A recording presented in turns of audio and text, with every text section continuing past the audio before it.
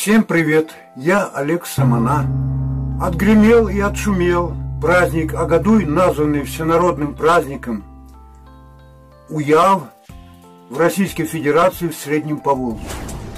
В этом грандиозном празднике приняли участие до 15 тысяч, по некоторым сведениям, людей, представители многих областей России и национальных республик Поволжья до Урала. А устроил этот грандиозный праздник, пир на весь мир, праздник дружбы народов Иван Иванович Казанков.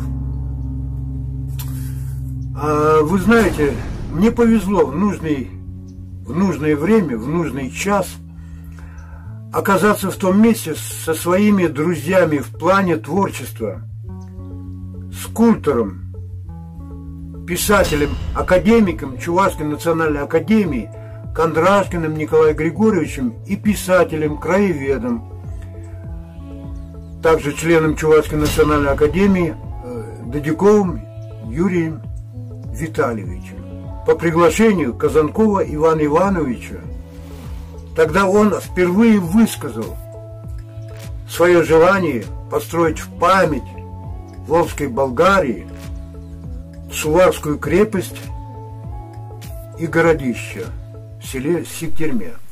Как это было? Давайте вернемся к истории.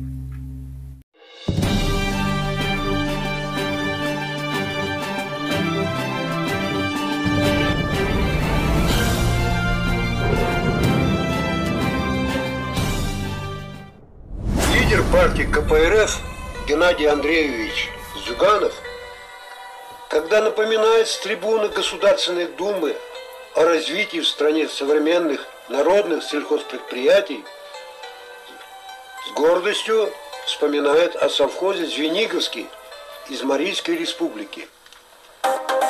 2 декабря мне представился случай побывать в числе делегатов из Чувашии в этом замечательном предприятии. Народ предприятия приветливо встречает нас Иосиф Сталин, а напротив административного здания бюст вождя мирового пролетариата Владимира Ильича Ленина.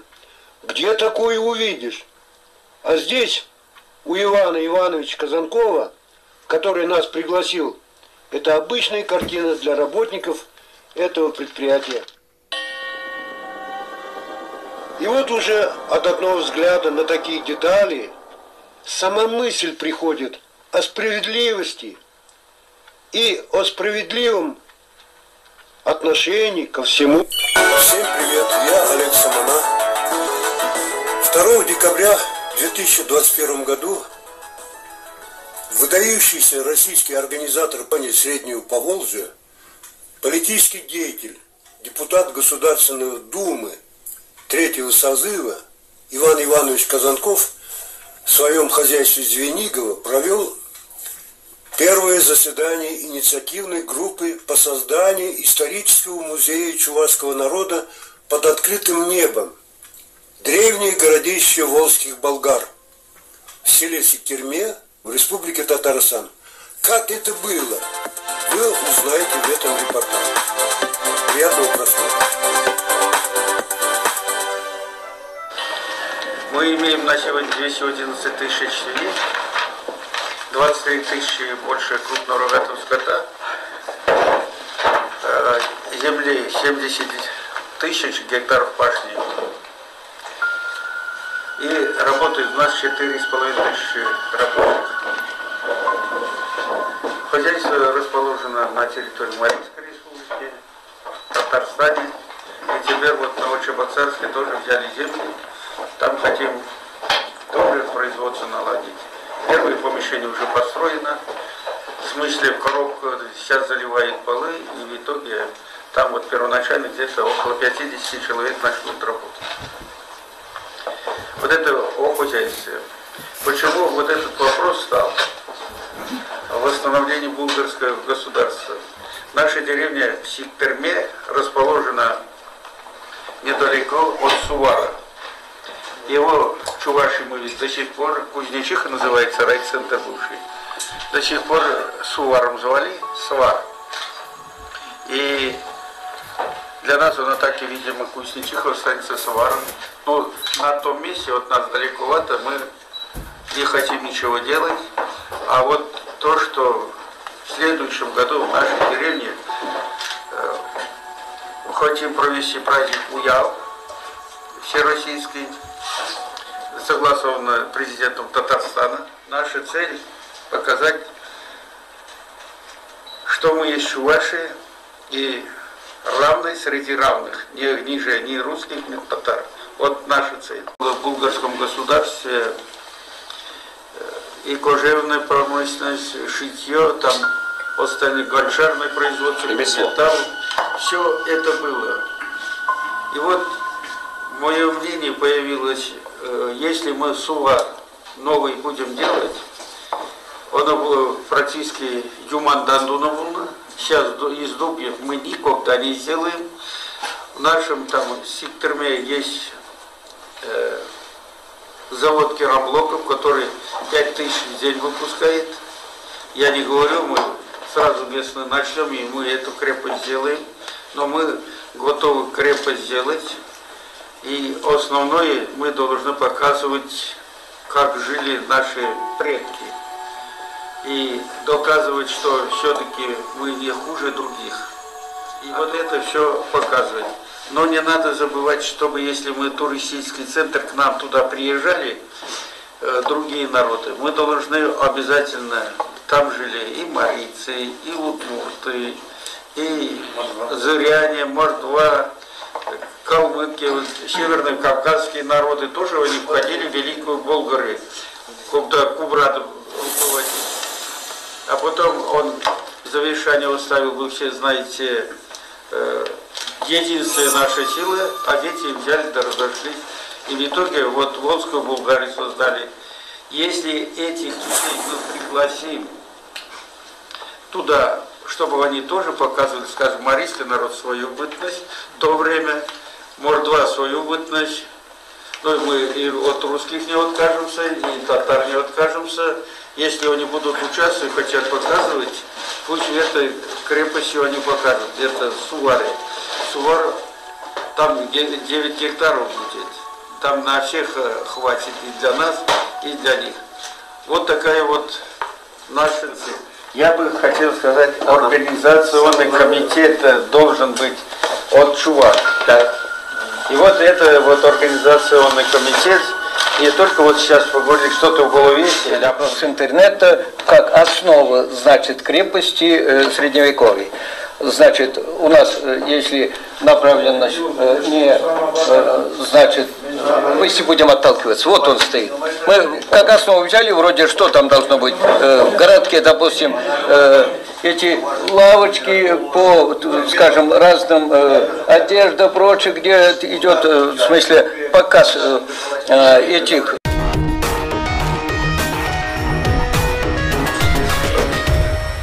Ну, мы тут вот у Николая Григорьевича заказываем чуваш. Да. Обязательно не будет, да, потому что мы уже задумали, работа идет. Ага, вот он, чуваш патер. Вот на такой лошади он должен стоять, это Сувары. Потом второй человек, который организовал, да, Котрак. Волжско-Болгарию. Котрак, который, в общем, Волжскую Болгарию организовал, его тоже как-то мы должны разместить. Но и мы не должны забывать Кубрата. Я у него видел Кубрата. Все это у нас есть. Считай, половину уже из того, что Иван Иванович задумал, они у нас уже и есть. Бюсты великих представителей. Остается нам только двухконных статуй изобрести в течение зимы. И, кстати, вот те дворцы, которые хоромы чувашские, они все у нас есть.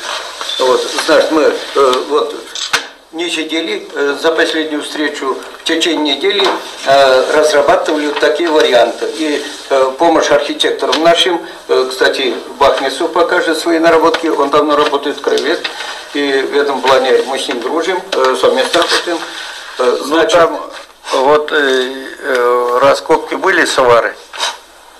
Там какие дома стояли, частично есть. Мы же хотим показать новый Сувар, только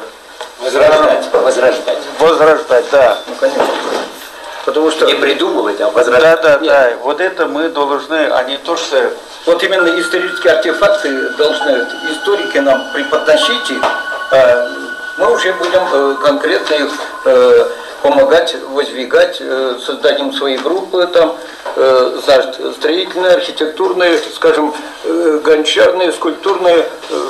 Начало есть, вернее, вроде все ясно. Поэтапно разделить основные приоритеты по пунктам, записать сегодня и принять решение уже. Все. И будем отталкиваться постепенно, друг друга продвигая вперед, будем все это выдвигать на место. Да, но если это мы в этом году все не сделаем, если мы хотим все-таки для наших потомков оставить память о Суваре, или от Волжской Булгарии, там у Волжской Булгарии даже Лебединое озеро было.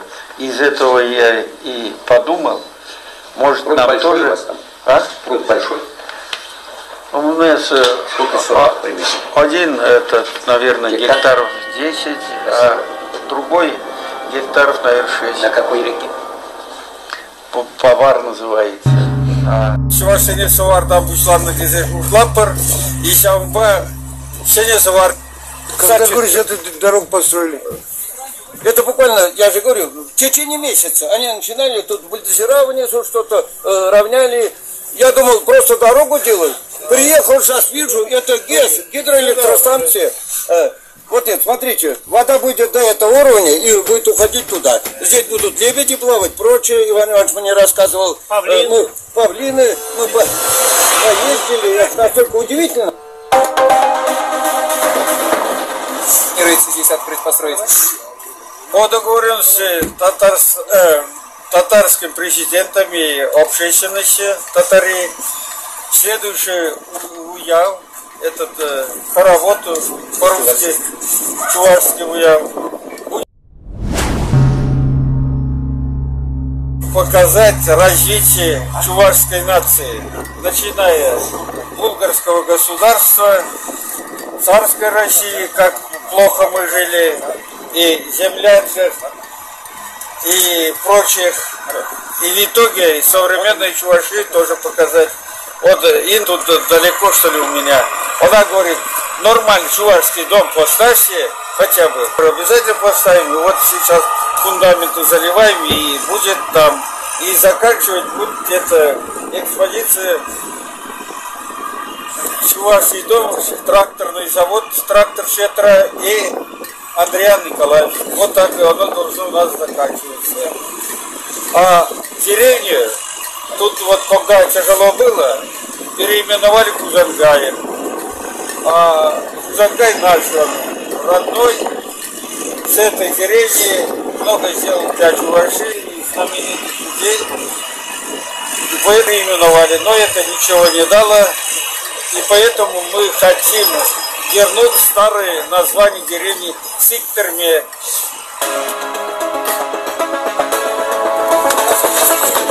Да, смотрел площадки.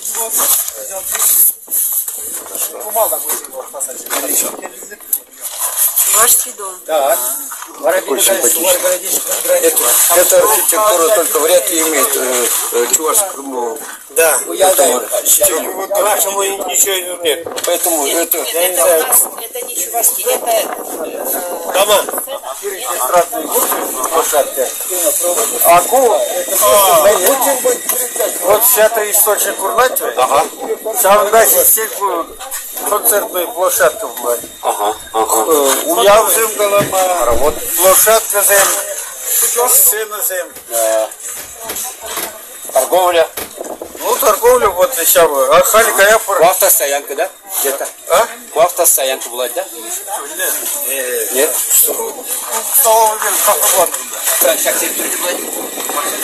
А şimdi malıyı bundan Если те, тогда тогда вертолет cenillas Малыкоша. А да ve uzla kaçmadın mı? Кордон висячий мост.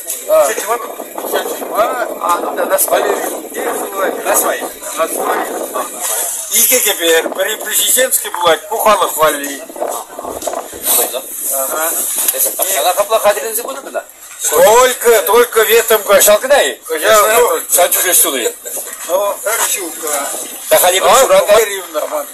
В силу своей невозможности я не выезжал 10 июля на праздник Уял. Но поехал член нашей редакционной коллегии Дадюков Юрий Витальевич, писатель, краевед, член Чувашской национальной академии. Друзья, давайте послушаем его.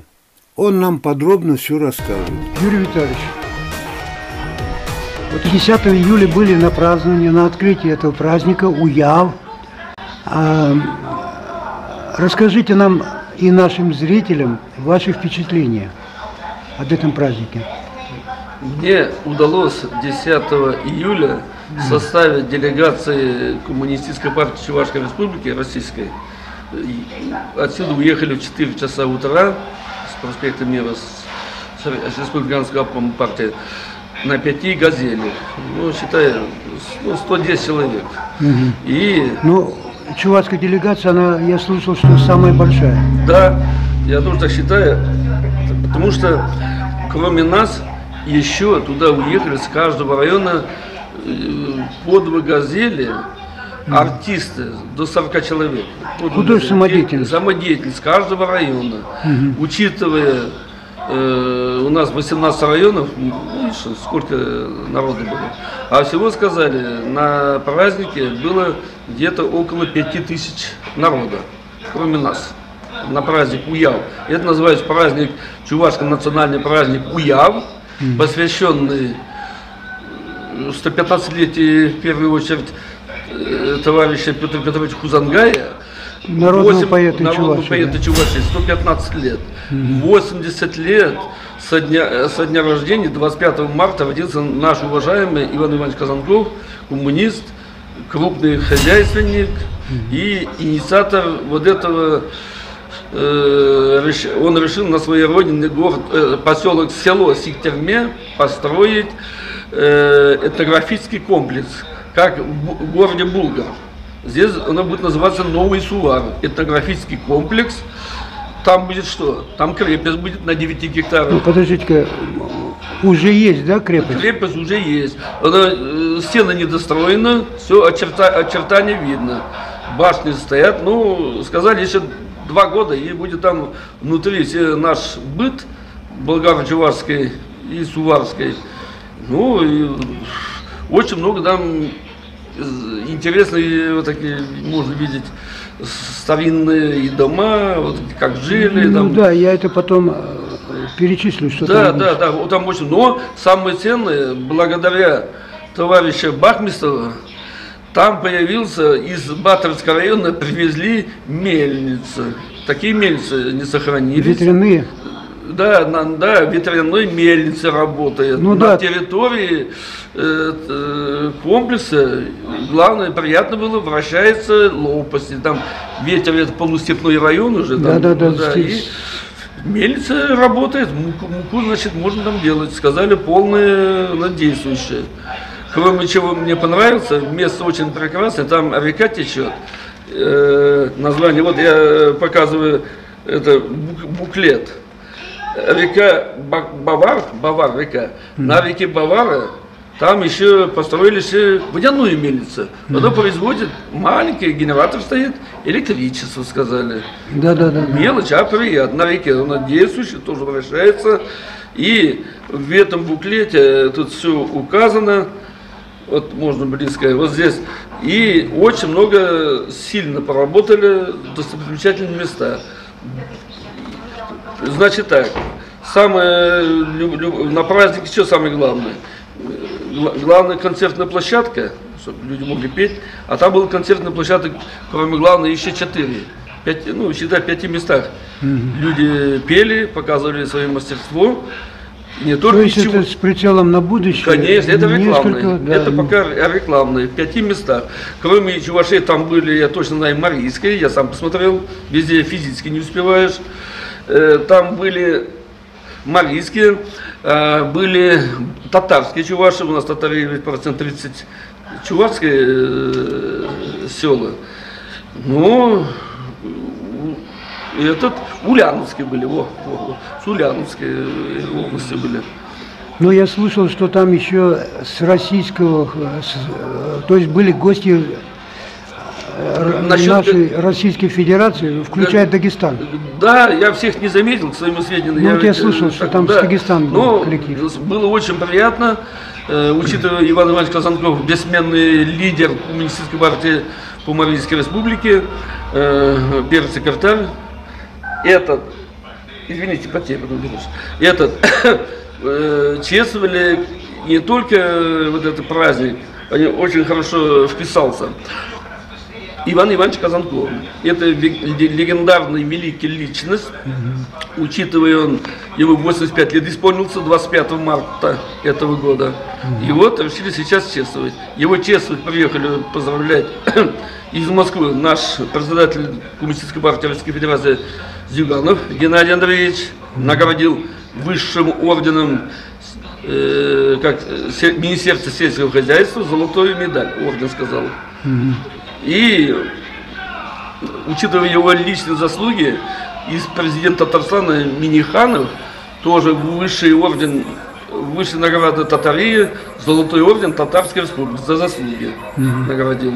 Ну, наш чувашский глава республики Олег Алексеевич Николаев, я видел, одел Зюганова, чувашская вышиванка, чувашская национальная рубашка, Миниханову, Грудинину, был представитель Сулянской области и Марийского. Они все стояли в вышиванках. Мелочь приятно, это подарок. Ну, вышиванки это по-украински, а в целом у нас традиционный чувашский обрядовая одежда. Одежда, да, на память такая. Очень они в нем хорошо смотрелся. Особенно, учитывая, что у Грудинина Павела, ой, забыл, извините, он Павел Николаевич, очень он артистичный, он, как его это одели, он с величайшим успехом даже умудрился танцевать. Все хотят с ним танцевать. Когда шли, и там остановился у этих чувашской диаспоры, он очень артистичный, музыкальный. Но можно что сказать, выступал 100 коллективов на 5 точках, 100 таких творческих. Считая, с 10 начался, мы оттуда выехали уже 3:30, дорога дальняя, 5 часов. Можно представить, там какой такой праздничная атмосфера была, очень сильная. Пели и чувашские, татарские, русские, может там и на других. А марийские были тоже пластичные девочки, симпатичные. И у этого Сиктерме, это Азнакаевский район вроде бы, село Сиктерме, где родился Петр Петрович Кузангай и Иван Иванович Казанков, и это будет туристический мекка, хорошее будущее. Потому что, учитывая там ландшафт хороший, и родник, и лес, и крепость есть. Кстати, из этого там делали с плотинами, из этой речки вот так. И там лебеди живут, как у нас в заливе здесь, Чебоксаров. Ну, еще года 2 надо, чтобы хорошо все было. Вот вы из вашего рассказа, Юрий Витальевич, я понял так. Иван Иванович Казанков заложил основу нового государственного преобразования. То есть, если Ленин когда-то наделил наши народы границами, а я немножко не согласен, потому что я запомнил из своего детства, вынес, что и татары, и чуваши, это как бы общенациональная, общая была культура. Да, величайшая была культура и столетиями. Извини, и вот Джафар Тарих я сейчас вычитал, там пишется, такие есть, у нас общие корни. У татаров, и Казань, и у татаров, и у чувашей, мы потом отдалялись, язык тоже меняется. Вот так. Казань был губернским городом, и было как бы, и что чуваши, что татары были все в равноправии. Да, раньше такого не было. А потом разделение вот это с приходом советской власти, Оно границу начертило. Вот, ну, теперь, Самана, понятно. Я дальше хочу сказать. Учитывая Иван Иванович, он коммунист до мозга до костей, он здесь вот это, как коммунист, вот это преимущество коммунизма показать. Он там установил на отдельной площадке, это в зоне музейного комплекса, космический аппарат «Союз», на котором полетел даже наш земляк. Так, погодите, не Восток ли? Восток. Да, Он и на Союзе тоже полетел в 70-м году, но Восток. И там был очень вероятно наш прославленный земляк, дважды Герой Советского Союза, Андрей Григорьевич Николаев, и рядом Гагарин, бюсты были. Ну, это мелочь, а приятно. Это было все достижение социалистического нашего государства. И там же мне что понравился, типа выставка народных достижений, вот маленький макет, там как у него уже социалистическое подсобное хозяйство, ну там то есть, по старинной схеме работает. Иван Иванович Казанков лишний раз доказал всему миру преимущество социалистического управления хотя бы сельским хозяйством. Совершенно верно. Там, я дальше договорю, там, когда Иван Иванович Казанков, и сам знаешь, когда он оттуда ушел, он иногда приезжал, говорит, вижу, говорит, совхоз скиреет. И народ говорит, мои земляки из села Сиктерме, Иван Иванович, мы пропадем, если ты нам не поможешь. Потому что это глубинное село на отшибе. Хотя земли есть, молодежь убегает. Ну что, мне, говорит, уговорили. Я, говорит, взял по свое крыло. Там у него отдельное, говорит, сельскохозяйственное предприятие организовал по новой. Помог, естественно, деньгами, техникой. Там же и масло выбивает, теперь там и скоты держат, и сыр делают. Ну и мельница работает. И сами же выращивают, сами же продают. Учитывая, что Иван Иванович около 900 около 1000 магазинов собственные, они все это продают через собственные магазины, то, что сами производят, без посредников, и оперативно, быстро и качественно. И это лишний раз показывает, это и Зюганов говорит, все мы говорим, и этот, все знают, преимущество социалистического хозяйства на земле. Одна команда, вот так. У Ивана Ивановича не бывает утечки. Юрий Витальевич, я бы добавил бы, вот за время существования Советского Союза именно вот это построение социализма показало всему миру, что это лучшая форма управления государством, социальное равенство. И сегодня мы убеждаемся, что в Советском Союзе были все высшие достижения. А Советского Союза не стало. Где наши достижения сегодня? Россия дальше продолжает на заделах то, что мы сделали уже при Советском Союзе. Это никто не отрицает. Те же самые фермы, те же самые, ну, трактора, конечно, уже не осталось, но многие, то, что при Советском Союзе задел оставили, на том и держатся, особенно заводы промышленные. А у Ивана Ивановича не только он сам вырос, он еще, как людям дает и дом, беспроцентное кредитование. Там молодежь в Сиктерме, там домов 50, целая улица молодежь живет. Они беспроцентное кредитование, работая там, ну, за лет 10 он погасит. И это его частная собственность. Там молодежь не уходит. Техника обновляется, техника, там парад техники стоит, там штук 100. Там на горе. Ну, как в советское время, когда были совхозы, вот так. Да, все условия, только работает, честно. Ну, Юрий Витальевич, давайте-ка мы немножко вполитизировались. А вы сказали, что свыше 5000 было народу. Около 5 сказали, я не считал. Народ собралось. Но что еще было, какое вот, ну, событие фундаментально значимое для и Татарстана, и для Чувашской республики? Потому что это как бы мы обращаемся в будущее. И вот из этого будущего давайте поговорим. Я что могу сказать? Казанков у нас хороший задел. Да, это у нас, это Поволжье у нас, мы средний Поволжье живем. Значит, здесь активисты были сам принимал гостей Татарской республики, Азнакайский район, село Сиктерме. Они гостеприимные, но это Сиктерме чувашские деревни.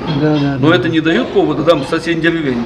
Там и на татарском разговаривали, там же марийские стояли, вот это продавцы свои сувениры продавали. Чувашских нескольких я видел там, ульяновские тоже приходили. Нам на это Среднее Поволжье нечего делить, никакой экстремизм, дружба народу. Это сплачивает. Мы можем, может, капиталисты хотят нас разъединить, но они хрен получат. Мы на своей земле сами командуем.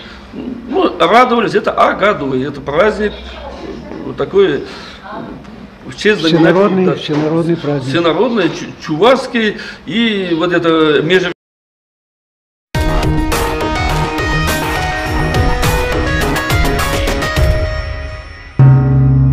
Роза Петровна, вот вы 10 июля выезжали в составе делегации от Чувашской республики.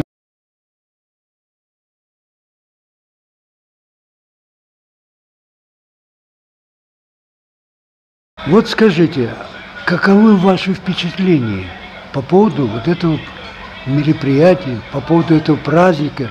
Что вы себе вынесли, чего запомнили и чем душа ваша заполнилась или наполнилась? Расскажите нам, зрители Самана ТВ. Добрый день, дорогие друзья. Меня зовут Осипова Роза Петровна. Я работаю в средней школе номер 2 города Чебоксары. 10 июля мне посчастливилось побывать на родине известного чувашского поэта Федора Хузангая в селе Сиктерме Хузангаева Алькеевского района Татарстана. С разных уголков нашей страны было очень много гостей, в том числе очень такие известные гости: Рустам Миниханов, Олег Николаев, Алексей Русских и другие. Но меня поразило то, что они были в чувашских костюмах. Поскольку я сама учитель чувашского языка и литературы, я на это обратила внимание, и для меня это было удивительным. Вот. И со всех сторон я слышала разговоры на чувашском языке, проводили мастер-классы, пели на чувашском, танцевали чувашские танцы. Все это было удивительно. Праздник такой был очень красивый, такой изящный, такой самый лучший, такой замечательный был праздник.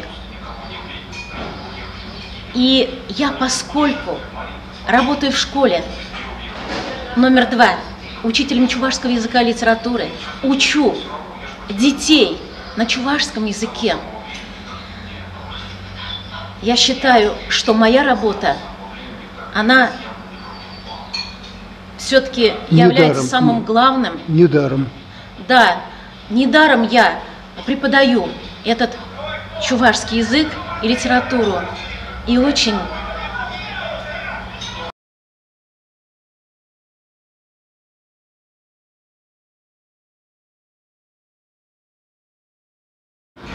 А что вам еще запомнилось? Вот там же и музеи были, всевозможные аттракционы, и открытие чего-то. Да, все это было. Очень мне понравилось вот открытие парка 100 лет СССР.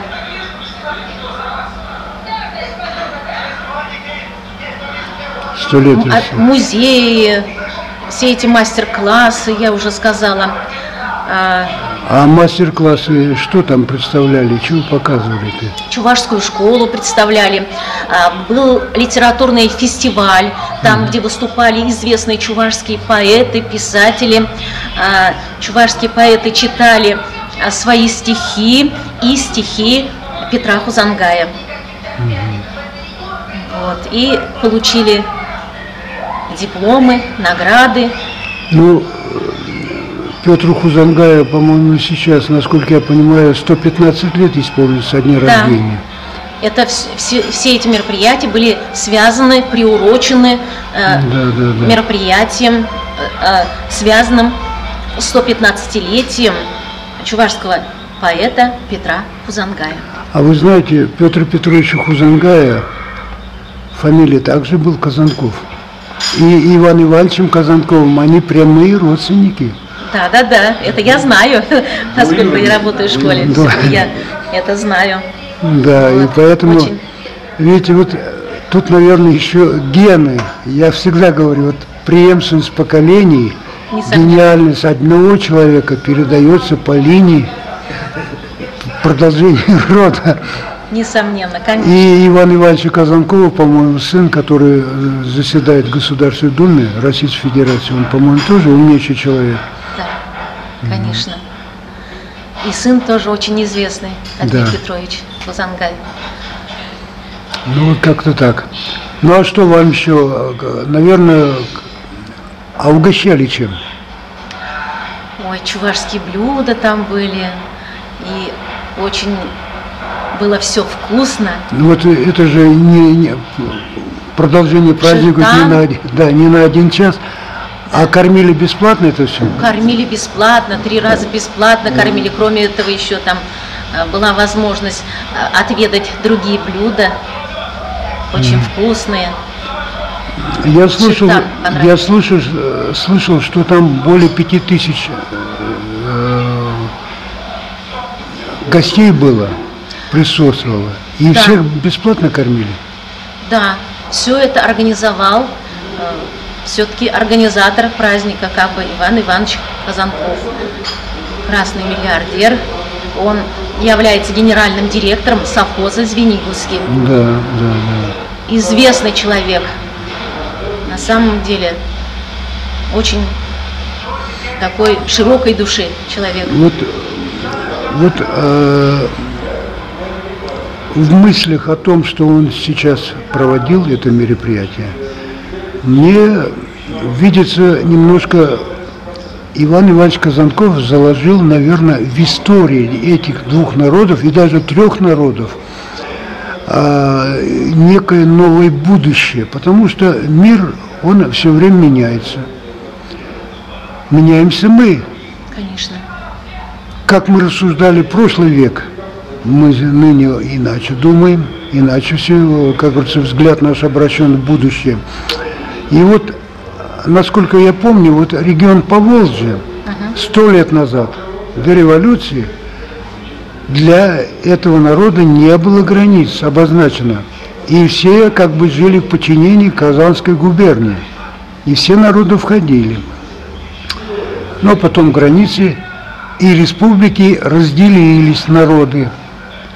Да. У каждого свой бюджет, у каждого свое, мое и так далее, 3-е, 4-е. И мне кажется, вот поступок Ивана Ивановича Казанкова, это, наверное, задел будущее этих народов. Вот такая целеустремленность, мне кажется. Он как бы в этой местности в данный день устроил как бы коммунизм. Да, Тут уже всего довольно, всего достаточно.